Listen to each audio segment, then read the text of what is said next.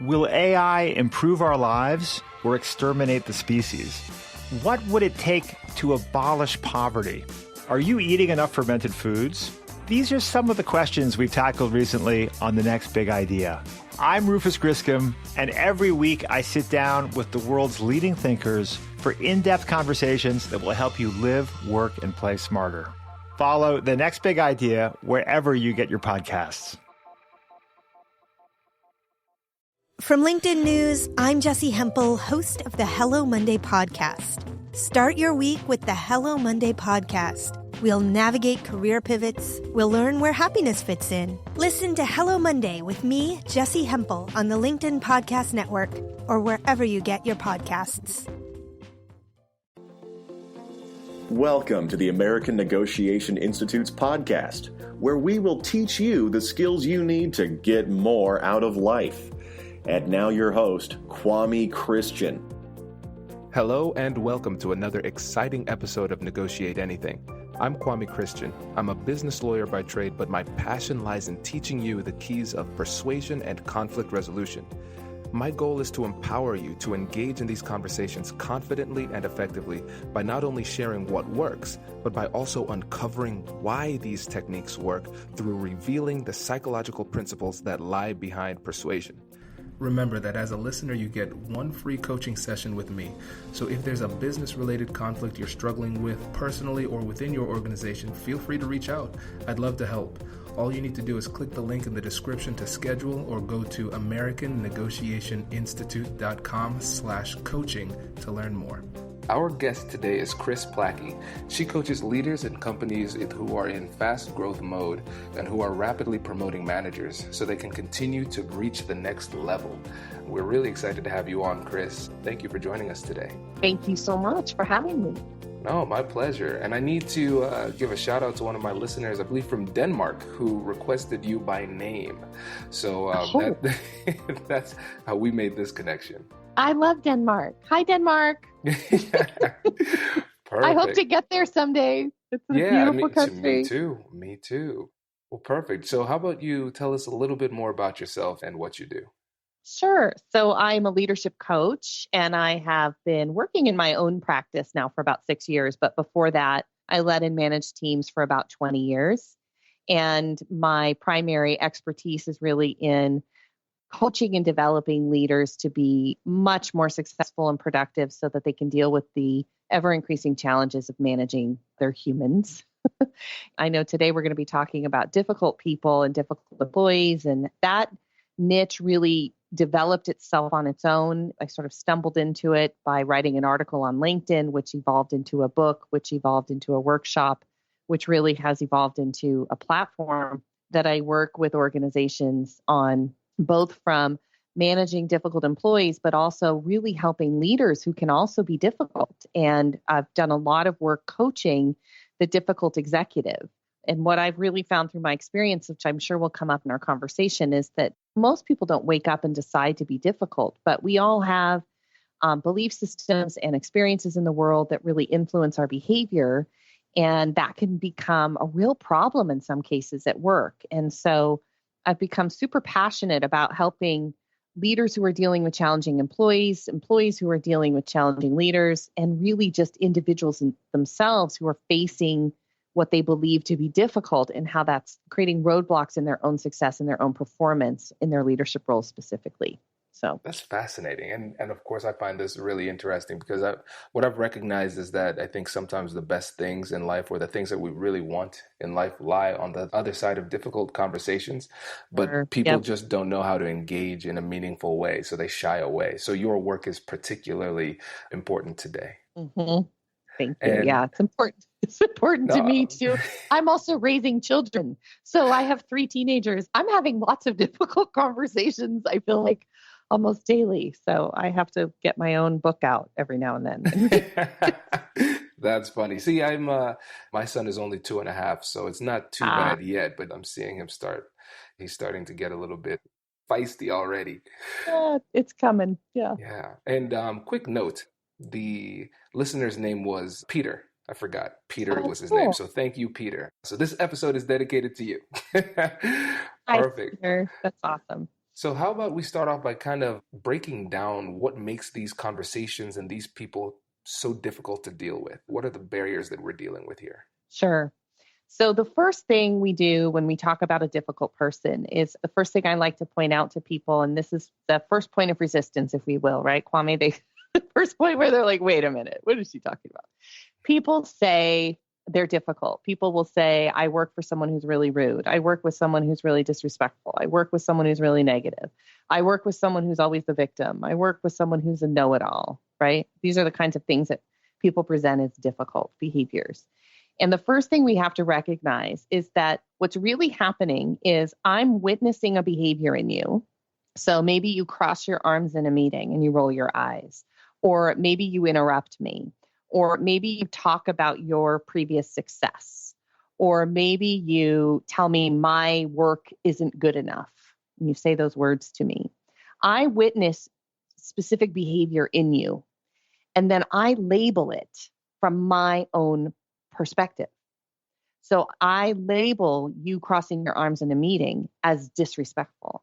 I label you saying my work isn't good enough as insulting. I label you talking about your past successes as arrogant. So it's a really interesting thing, if you can pull that apart just for a minute, is to recognize other people do things in the world, and then I label your behavior based on my experience, and then I believe that about you.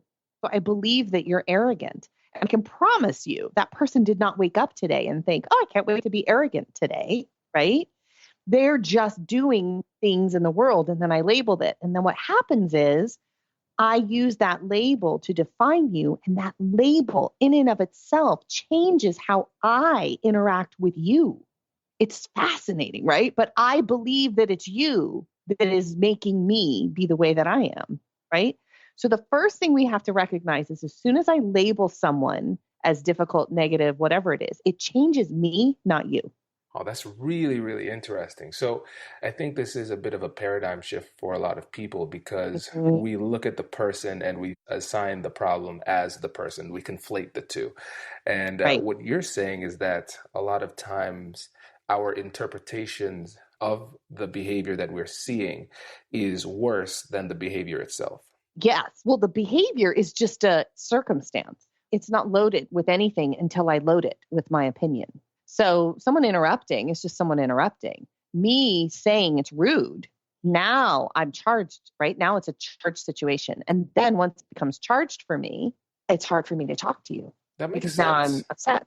And because now I've been on the other side of this, I've coached the interrupter. I've coached the difficult, negative guy, right? I had a client who everybody just thought was so negative, so frustrated with him. They didn't even want him in meetings, right? Because he was always coming up with the contrarian point of view, right? He was always the guy in the meeting who would say, yeah, but, and so when I talked to him, he's like, I have to do that. Someone has to make sure that the rails are up, that we don't go off in sync. Like, it's my job to make sure that people consider all aspects before we move forward. He's not thinking he's being negative. He's thinking he's being helpful, right? But because I just make this assumption about him, it's so fascinating. And then, of course, we get into like these group belief systems about people, which we can talk more about within organizations, which get really, really dangerous. So when you're in a leadership role, you have to be really, really thoughtful before you start labeling your employees, because it makes you less effective as a manager, leader, and coach for that person. That makes a lot of sense. And I think to your point about the stories we tell ourselves, it's important for people to recognize that coming up with what we think is the truth is incredibly difficult in day-to-day conversations because we're not like CSI. We don't have forensic scientists to actually go back and see what the truth is. And since memory is so fallible, what we have is a warped version that's biased in our favor, and what the other person has is a warped version that's biased in their favor.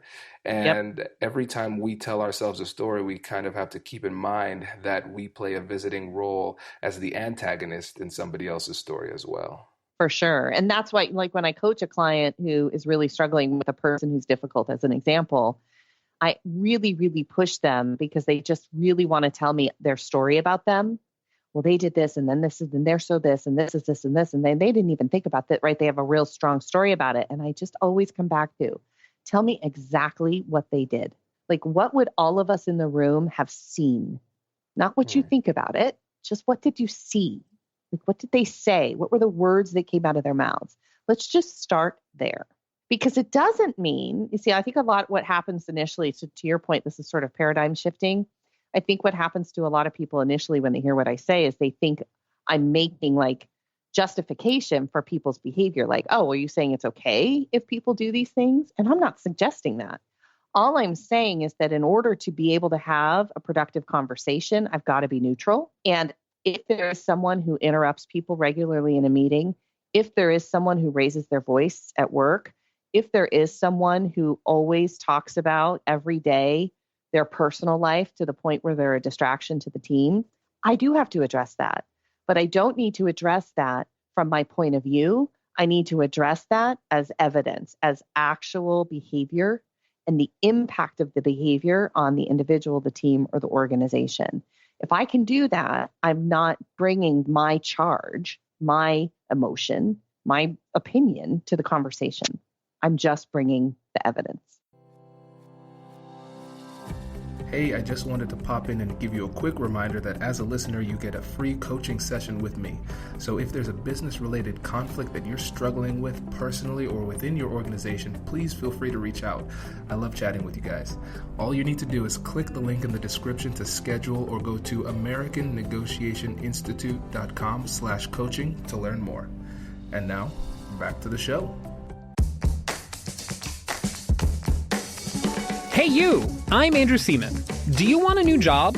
Or do you want to move forward in your career? Well, you should listen to my weekly show called Get Hired with Andrew Seaman. We talk about it all, and it's waiting for you, yes you, wherever you get your podcasts. Brace the rudders! Raise the sails! Raise the sails! Captain, an unidentified ship is approaching. Over. Roger. Wait, is that an enterprise sales solution? Reach sales professionals, not professional sailors. With LinkedIn ads, you can target the right people by industry, job title, and more. We'll even give you a $100 credit on your next campaign. Get started today at linkedin.com/marketer. Terms and conditions apply. And one of the things that's brilliant about this approach is that if you focus on the indisputable facts, like your body language was XYZ, that's observable and undeniable. You came to the office and you talked a lot about personal situations, something like that. And you approach it in a way where you're able to divorce the behavior, the problem behavior from your interpretation of the behavior. What ends up happening is that there is less that the person can push back on. Because if you misinterpret what they're saying, now you have opened yourself up to vulnerabilities and criticism. And that's where a lot of the arguments come from. But if you focus on the behavior, I see this all the time when I mediate cases. People love to tell the story. That is absolutely it. And so then if you take that one step further, right? So because most managers give feedback based on opinion. So they'll say, hey, you know what? You're really distracting everybody talking about your personal life all the time. You can't do that at work. And they go in that way with all this judgment. And so then, of course, what's the person going to say? I'm not a distraction. They're trying to be helpful. I'm right. Like we get now we're arguing. I don't need to argue. I just need to say, look, this is what I observed. You came to work today and I heard you talk about whatever's going on for over 45 minutes. The impact is John didn't get his assignment done on time. Lucy was walking around, not in her desk, like whatever the impact was. And then we don't have to argue because I'm not an opinion. It actually happened. But because so many managers lead with opinion, they don't want to have the difficult conversation, to your point exactly, because they know they can't defend it. And I can't defend that you're rude. And right? Like if I just tell you, you know, you're really rude, like now I have to defend it. And that's just my opinion about you. But if you said to me, you know, your work really is crappy, and I think, oh, I wouldn't have said it that way. But if I tell you that's rude, I'm qualifying your comment. Instead, I'm going to say, you know, when you tell someone their work isn't good, here's the impact of that.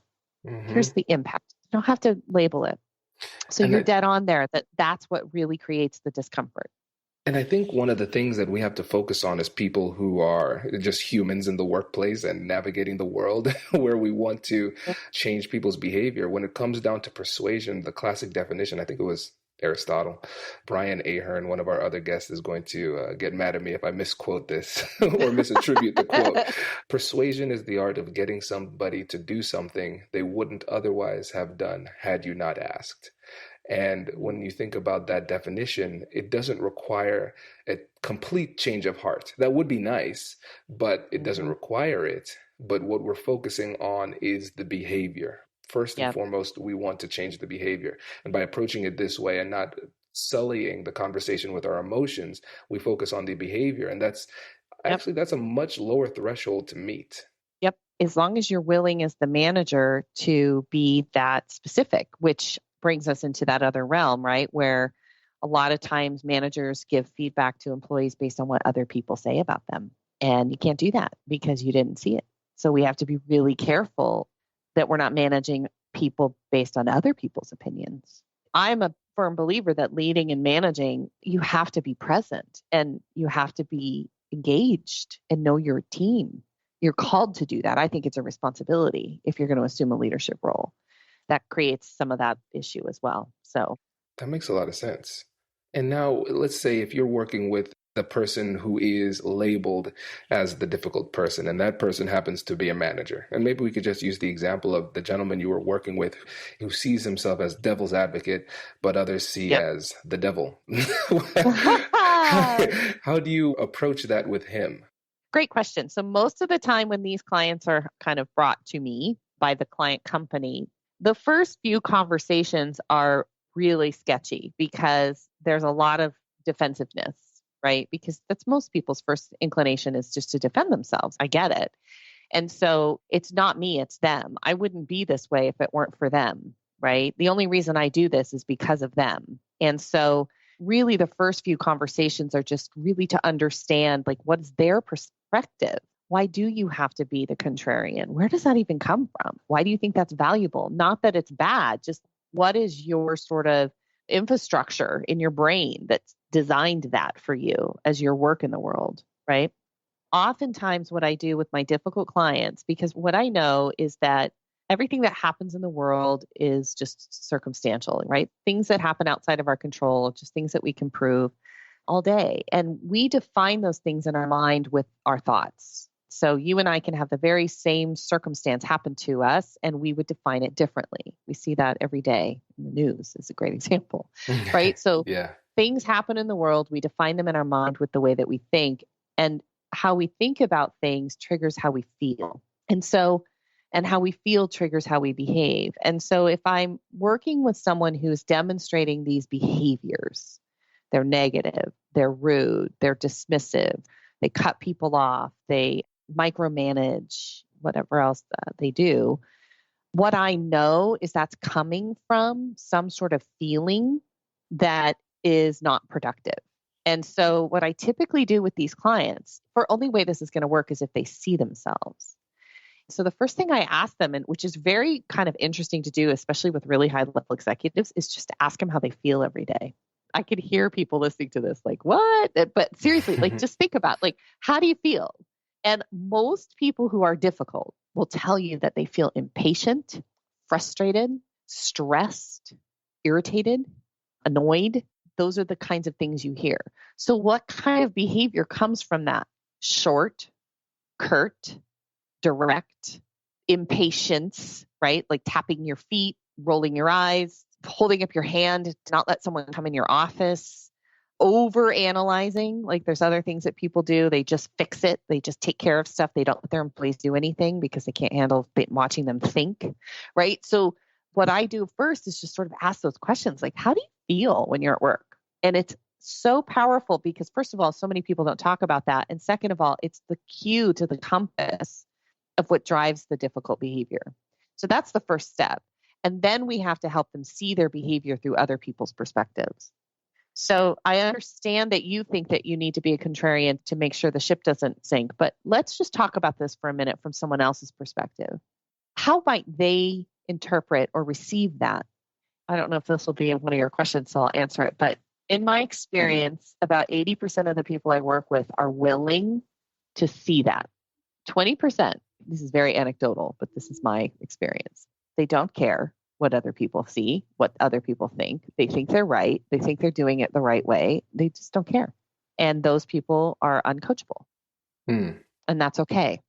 There are so many gems in here that I want to pull out for the audience. This is incredible. So this is kind of solidifying the fact that this will not be your only appearance on the show. Just throwing that out there. We only have 20 minutes. What are we going to do? I think we're at time. This is crazy.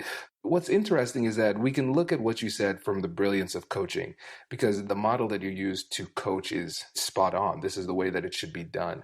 So for people who are coaching out there, you can learn from this. For people who have been labeled as difficult, you again can learn from this, because you can start to see how Kris works with people who have been labeled as difficult in the past. And now you can work to shift your mindset.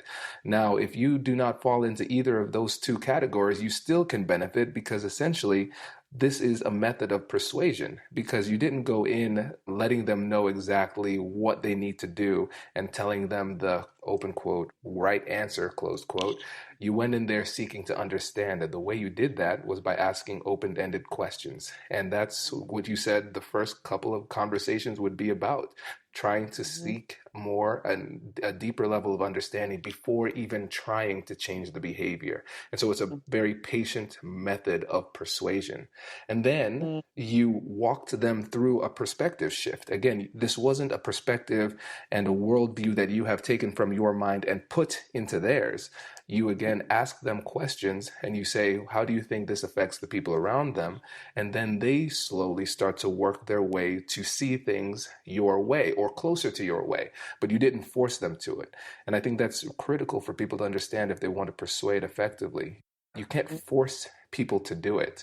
If you truly want to persuade and lead lasting change when it comes to behavioral change, there needs to be some autonomy and control over the process. And if you ask them questions, they feel like they're in control and they feel as though they come to the conclusion themselves. So true. All of it. Because if we know that behavior comes from the way that we feel, which comes from the way that we think, the only way that I'm ever going to change my behavior is if I change the way that I think. And I cannot make you think differently. I use the word invitation, like in the book that I have, the 5 Truths for Thinking About Difficult People. That's what I call them, are invitations. Like, I'm just going to invite you to think about it this way. You don't have to keep it.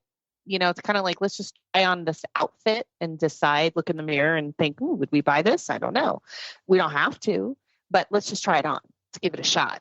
And because difficult people and leaders especially have been now given enough, unfortunately, poor feedback, because most people are terrible at it, they are so prepared to just lash out and not be willing. They feel very vulnerable. And so it's just that you're absolutely right. It's a gentle process, at least initially for me, and then it isn't, because I can promise you there's someone I've been coaching for a while who I had a conversation with a couple of weeks ago. It's like, no, you know everything you need to know. Now this is a choice. Why are you making this decision? What's going on here?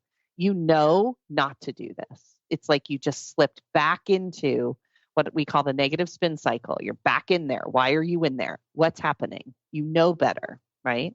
Right. I love that. Sometimes it can be tough, because the thing about difficult leaders is they're used to getting their way because it works. I mean, people keep the behavior that's effective. We all do. That's true. So if it works for me to be a little rough and tumble because I get my way, why would I change? And I actually had a client say that to me last year. He was super successful sales guy, really tough, not very nice.